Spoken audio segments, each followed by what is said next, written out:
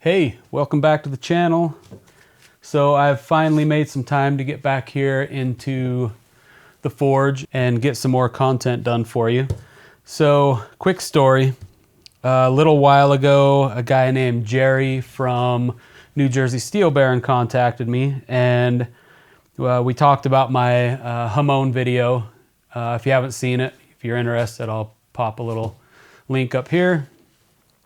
And he talked to me about how he was making knives and learning how to do Hamons, and he caught my video and he actually liked it. So he sent me a piece of the coveted Hitachi White, or the Shirogami. Anyway, I've had this for quite a while. I think he got a hold of me in like September of last year, and I'm finally getting around to it. So what I'm going to do is I'm going to make two knives out of this. I'm going to make just a mono steel, and basically just want to see what kind of Hamon I can pull out of this thing. And the other knife I'm going to make is going to be some sort of Sanmai, Origomai. I'm not sure if I'm going to put a nickel shim or a copper shim in it. I don't know, we'll figure that out, but that's good. That knife is going to be for a second video. This blade, we're just going to focus on getting the Hamon. Anyway, as you can tell, this is a pretty thin piece of steel, but it's thick. I believe it's a 1/4 inch, maybe 3/8. What do we got? 0.31. More like in the 5/16 range. So plenty of thickness. So the first thing I'm gonna have to do with this is heat it up and fuller this out, because I need at least 1.5 inches to get the Sanmai. So as far as what we're going to be doing in this video, I have my 8.5 Gyuto template here, and I figure I might as well stick with the Japanese theme. I'm a huge fan of Japanese knives anyway. That's, I mean, they've been doing it for a very long time, and they seem to have the knife shapes and everything, the way they're made. They have that all figured out. So why not, basically copy what they're doing, or attempt to copy. So with this knife, my intent is to do a brute to forge, up top, and then we'll bevel the layers in. So I need to get this down to about almost 3/30 seconds. We're going to be a little proud of 3/30 seconds, like 0.1, something around there. So the first thing I got to do, like I said, is get this fullered out. So this is going to be my first project in my new forge. I built another forge, the house-made Apollo forge. I built that because I think it's a great design. I wanted a ribbon burner. I'm in the process of making it a temperature controlled. That way when I'm doing copper shims, I can keep the temperature down to around 1700, 1800 and keep the copper from melting. And I don't have to worry about that aspect of it. So anyway, maybe in a future video I'll do something like that. There's a few out there. So we'll see what happens. But anyway, I'm going to head over and get the forge stoked up and get this hot. All right, so here's the new forge. There's a little bit different process in lighting this. It's actually got a blower and all that stuff. So I have to kick on the fan, let that wind up a little bit. And once the fan kicks on, then I can open my gas and open the valves. Light that bad boy up. This is really nice because it's got a door in the front It's got a door in the back, and I kind of configured it so that if I've got a bunch of material that's going to poke all the way through, instead of opening the door all the way up and letting all the heat out, I can take the door off the back, turn it sideways, and then I've got a little bit on the bottom opened up. Here's what we've got on the inside. As soon as I get my thermocouple in there, I'll know better for heat adjustment. But for now, I mean, I can turn the air up, I can turn the air down, and you can see the color of the flame changes.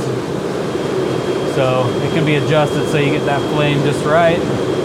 And then of course I can adjust the propane so I get more propane running in there, and then more air, and then it'll make it hotter. But for now, we're gonna leave it right here and let this thing heat up.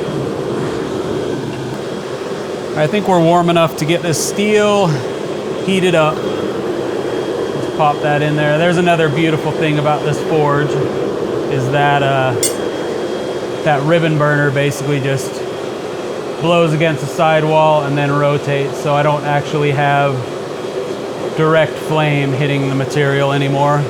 So this should be another benefit.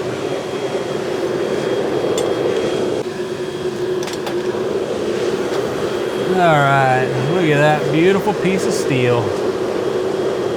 All right, first things first,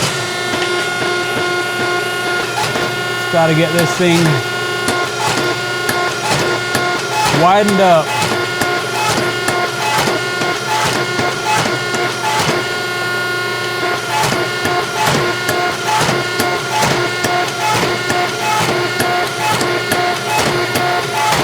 I need that forge to be a little bit hotter.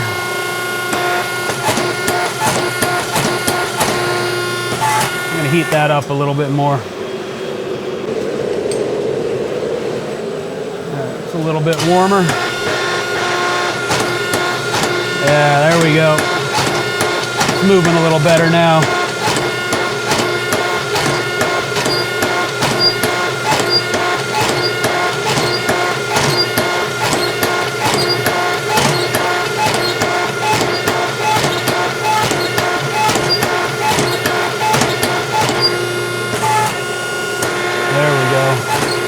So basically I need to get about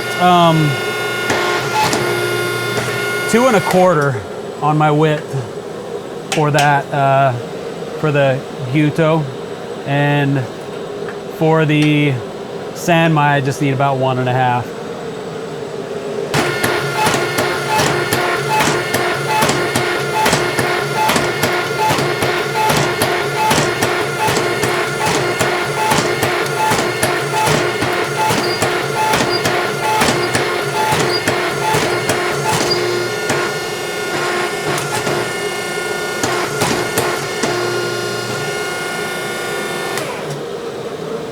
All right, and I do have some kiss blocks set up in there so that I don't go too thin. But if I was smart, I would have cut this in half, so I could have left the back end of it more narrow. So when I cut in my choil, when I cut in my bolster area, it's not gonna pull all my material down. But you know what?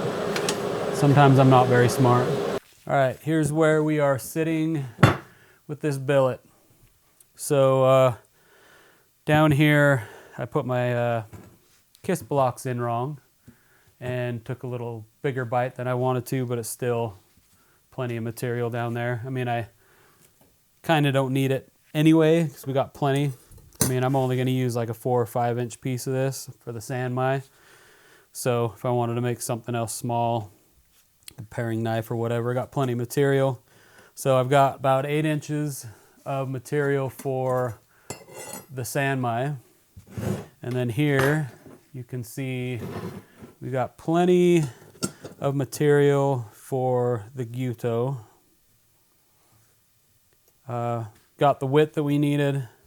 So all I've got to do is just basically forge this out into shape. Cut in the choil into the bolster and the tang. And then this is going to be ready for some heat treat. I'm not entirely sure how much brute to forge I'm going to do with this. I mean, who knows? Maybe I'll just cut in the choil. I don't know. But typically I try to keep that all untouched just to give it a more authentic brute to forge, I guess. But we're nice and thin here. It's a little thicker up at the tip, so I'm going to get some more length out of it, especially when I taper this. And I think what I'm going to do is I'm going to try to do a distal taper. I typically don't, just depending on the weight, because usually when I don't, the balance point, you know, it hits about where it should, up here in the maker's mark area, the pinch area. But I think with this being like an 8.5, maybe going into 9, I'm going to need a little less weight up front to keep the balance. Anyway, so with that, we're going to head back into the forge and start shaping. All right, basically we just got a whole bunch of forging to do.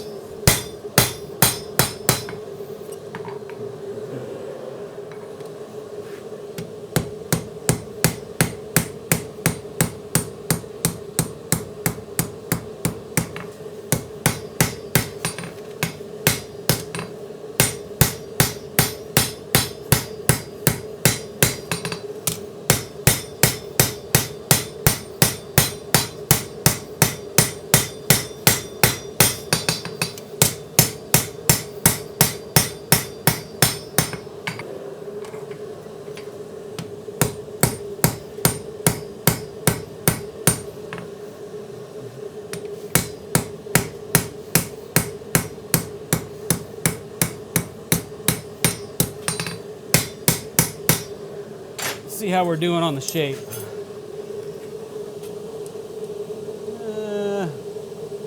We're a little off, but we're getting there. Pretty close. A little more work.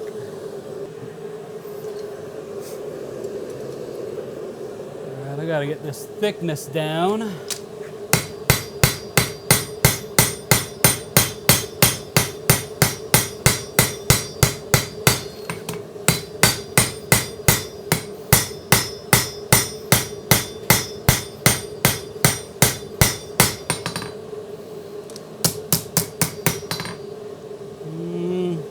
Close, still a little thick right up in here. Heat this back up. Wish my anvil was a little warmer. It's sucking all the heat out of this thing. We'll get there. Alright. Thickness about where it should be. gotta work on the profile again.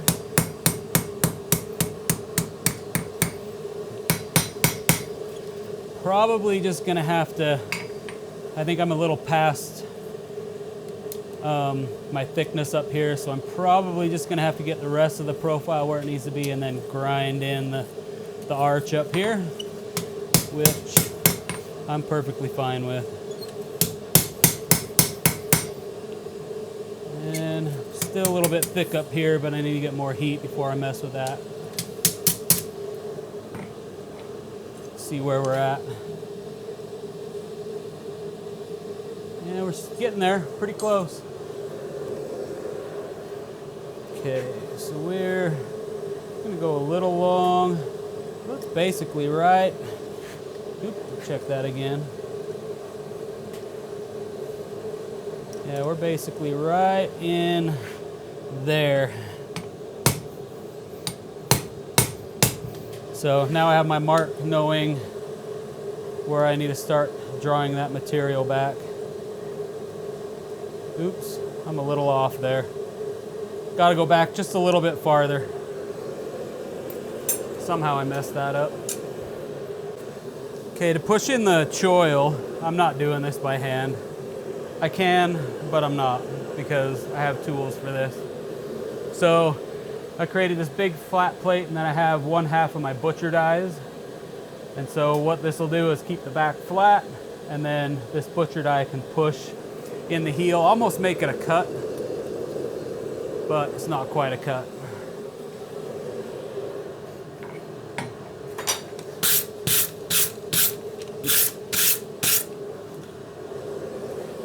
So kick this on and go just past where I made that mark.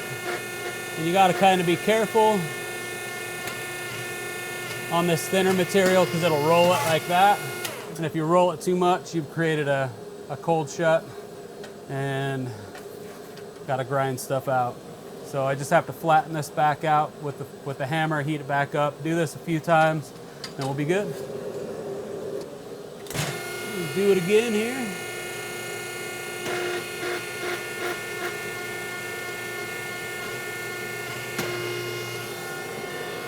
So as we're cutting in this choil, the material will upset and become a little thicker. So the farther down you go, the less it wants to bend. But until you get to that point, it just wants to bend.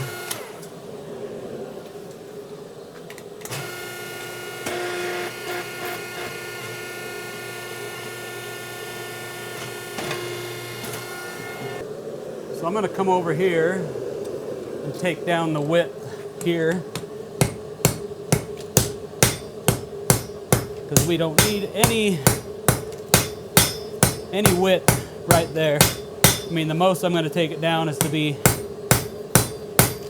even with this 1.5 inch stock that I have on the other side of this billet. For this piece of bar anyway.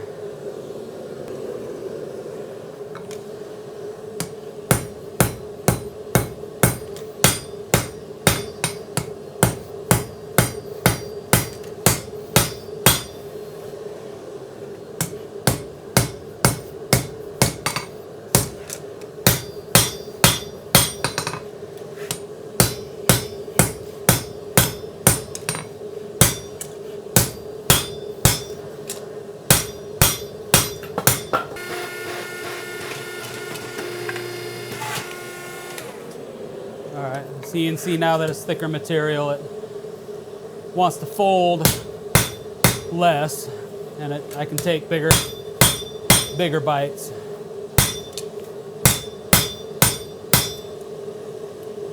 So a couple more, and then I'll cut in the shoulders, draw out a little bit of a tang, and then we can start getting the rest of this to shape. Okay, I've got that pretty close to where I want it. It's got to go some more, but I can do that by hand. You can see how thick this material's gotten. So I want to take this back down to the thickness. I'm just going to do that in the press with my my drawing dies. Okay, I thinned that down a little bit. As you can see, we got a nice little bump right there that we're gonna have to take care of.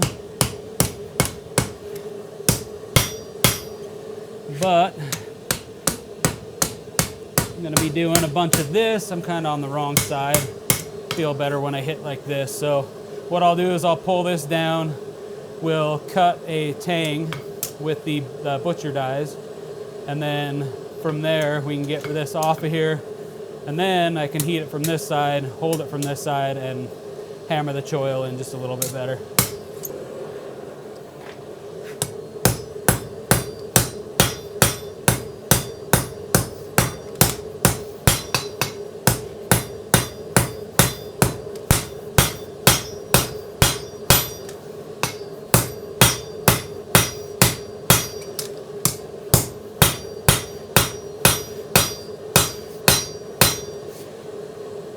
So actually what I'm going to do, I'm not even going to worry about cutting in the shoulders. I'm just going to pull it straight out, and then we'll just grind out the shoulders. There's no need for cutting in. I mean, it's not like that's anything I want to keep brute to forge. It's all going to be hidden in the handle anyway. So I'll just narrow out this material a little bit more and then cut it off.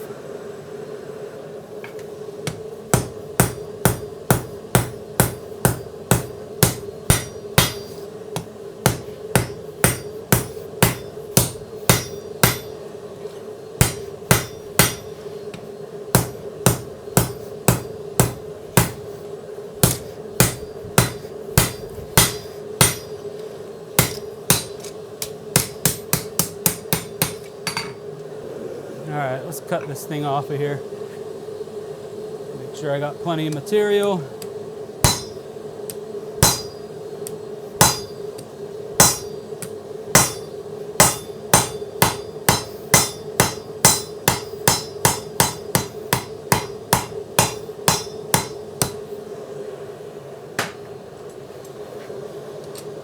And okay. Should be plenty of material for a tang. Now I'm gonna flop this bad boy back in the forge this way so I can get that choil shaped.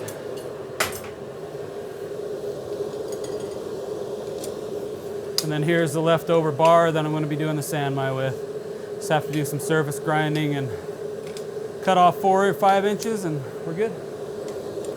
Now I can start smacking around this choil a little more, or a little less awkward position.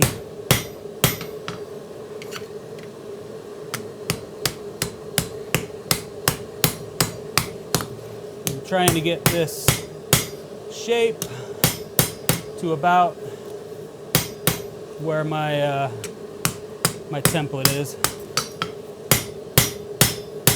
Probably gonna have to take it down just a little bit more. All right. That recess just a little bit more. Thinned out.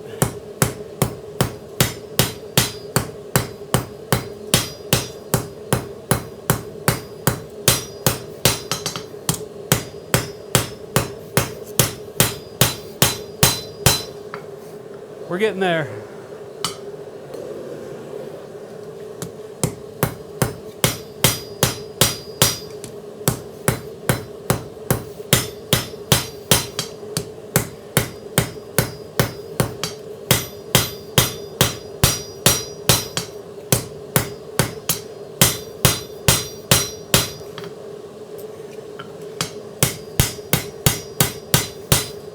I'm going to run this back through the press. Get that drawn out, get the thickness down.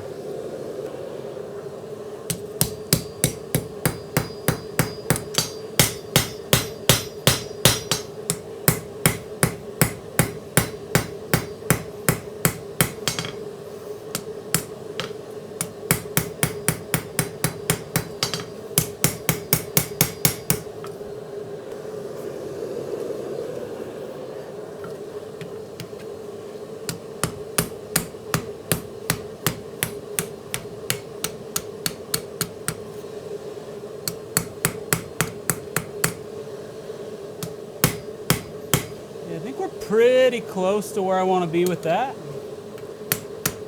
I mean, if I end up having to grind it to get a better shape, it's not the end of the world. But anyway, now I need to pull this heel. I need to pull it this way, up, and kind of back a little bit. So I'm gonna get the cross peen, heat this back up, and we'll get that part taken care of. Okay, I've got the bigger cross peen, but I'm comfortable with my sexuality, so I'm gonna use a smaller cross peen. So I got a little more control with it. All right, here we go.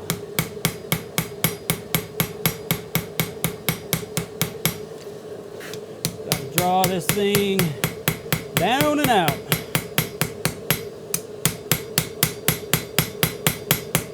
Maybe.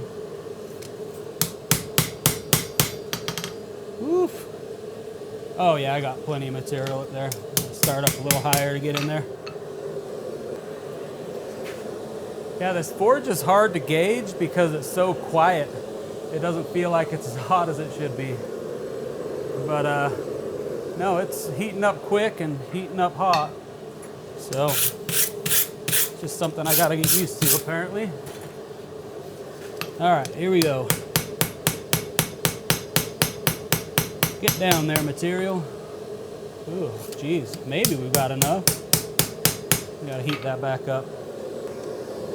You know, I've actually got to check the width because we might be way over width, and I've got plenty of material here.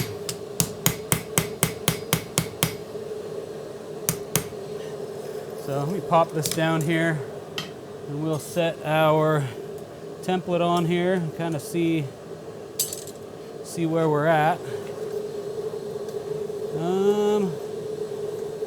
Oh man. You know, we actually need that material down in there. So I'm gonna mess around with things a little bit.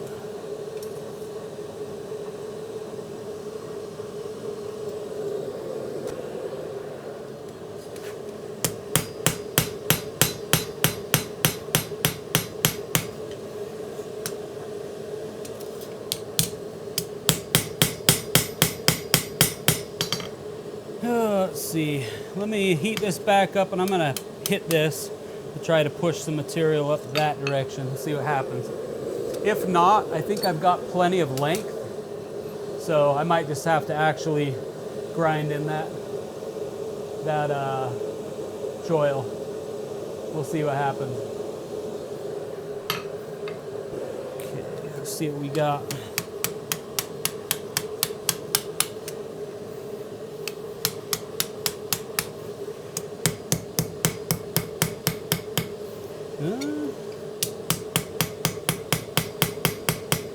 Yeah, I think regardless, I'm gonna have to grind that in. I don't know. Keep messing with it a little bit here. Go back to the straight peen and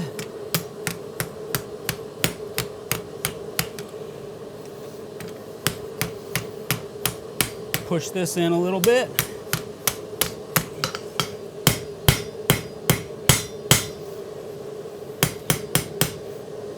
You know, we're just gonna end up grinding that. It's not gonna be a big deal. Basically just have to kind of bring it and like that. I'm okay with that. Sometimes changes are made. Okay, so here's what we're looking at so far.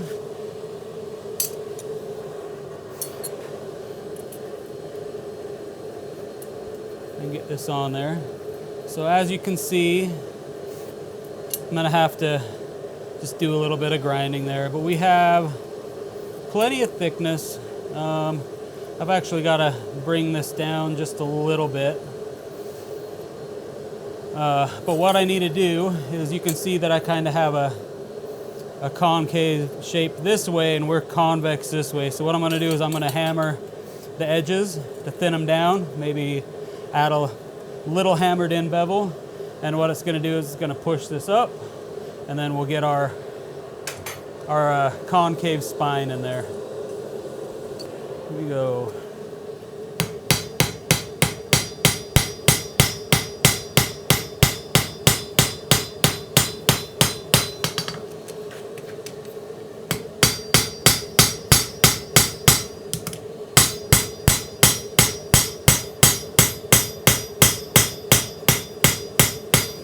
Basically hammer this until we get our curve back here that we're after.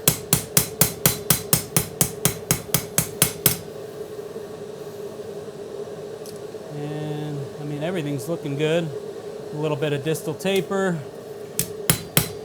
This isn't quite flat on the back side. It's got a few waves in there, so we'll just kind of planish this to see if we can smooth those out.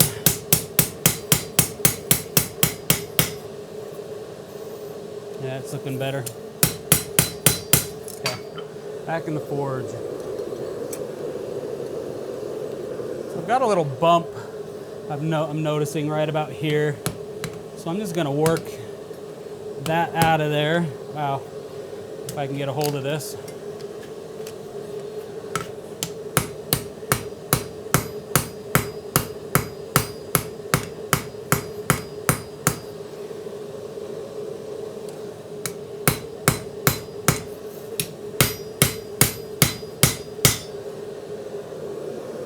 So I did a little bit of cheating. So I kind of just made a mess, really, of the tip here. So I just went over to the grinder, took a little bit off the top. Now basically I'm planishing to get rid of all the grinder marks. It's cheating, I know, but guess what? It's still gonna look pretty good when it's done. Okay, so with this being somewhat warm but not crazy hot, I'm gonna go across all these edges on the spine, and I'm gonna planish in a little chamfer. So this is basically what I do on my blades after they've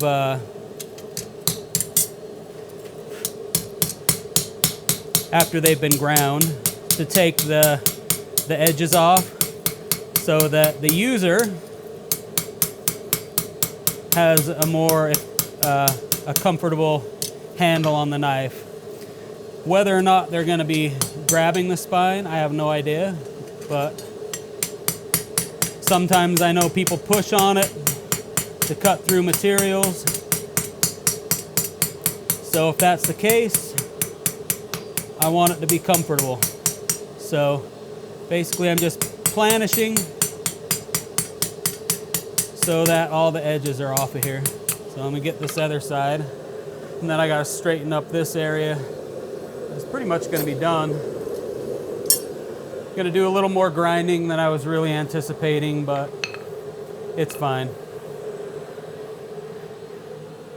I mean, really, in art, are there rules? I know there's guidelines, you know, but I mean, there's guidelines in everything, and whoever follows those, right? Okay, let me get this other side.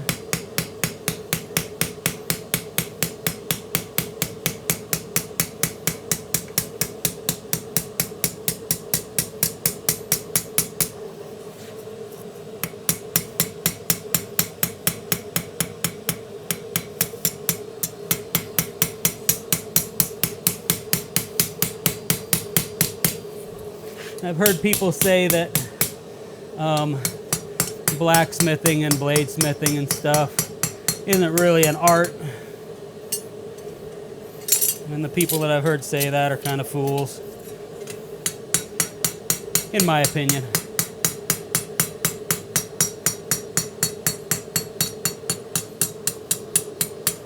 Okay. I think I'm going to be happy with this. Okay, let me just heat this back up and get this tang into position. And then we'll pop our template on here and we'll see how close we are. I think we're pretty close. Like I've said, the spine is my main concern.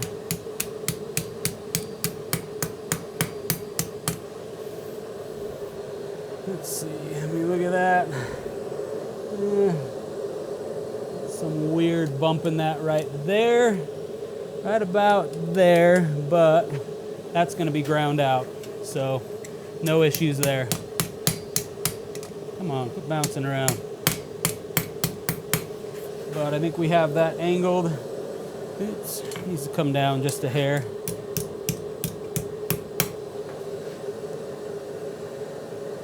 Yeah, we've got that. I think it's where it needs to be.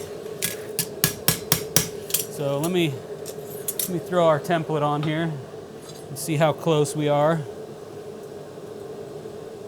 So, oh man, spine is really close. There's a little less of a dip right about here, but you know what? I am completely fine with that. And we're down far enough. Oh yeah, this is gonna be perfect. Gonna be great. All right, so now I just gotta get this straightened up, and I'm gonna grind a little bit, add some clay, and it's basically heat treat time. Pop this into my high-tech straightening device. Oh, I did not get it ready over here. I got crap all over in the way, but I think we're gonna be good. Yep, nice and straight. And I forgot to put my mark on this. That's probably the last thing I need to do. All right. Clean this up a hair. And I kind of got to guess where this goes because I'll be grinding in the choil. So I'm going to guess about there maybe.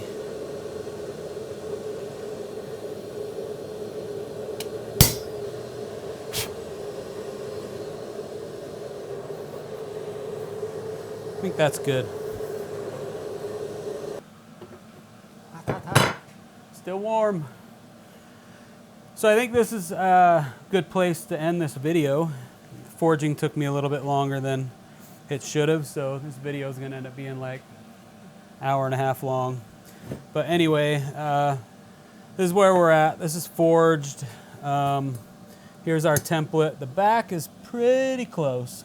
I mean, we're really close. Anyway, basically, I'm just gonna have to, gotta scooch this down a hair. Just have to profile the edge and then cut in the choil. And this template is probably gonna change. I think I want this radius to be a little bit less, go in here a little bit deeper. I'm not quite sure yet, but I'm sure changes will be made. Anyway, like I said 20 times during this video, the spine is what I'm really most concerned about with being forged correctly, just because I want that aesthetic to run from, you know, this side over the spine, then to this side. So we have a little bit of a distal taper. It's not crazy, but it's there. And you know, after I get this profiled and then get the bevels ground, you know, the bevels will come just slightly under where the choil is. To me, that's what looks best. And after I get all that done, I think it's going to look pretty good. So finished up here. Next video, we'll just work on the heat treating. So I'll profile this up. We'll get the back clayed, let it dry a little bit. Grind in some bevels so we get kind of a thinner edge, not full bevels, but I just want this edge to cool really quickly so we can get that hamon in there. And then from there, it's basically finish grinding and cleaning up the brute to forge and making a handle and all that. So we're not too far off from a finished knife. Anyway, as usual, I appreciate you joining me. I hope that somebody learned a little something. Every time I do something, I learn something. So it's hopefully it's working for you like it's working for me. Anyway, thanks for joining me. See you in the next one.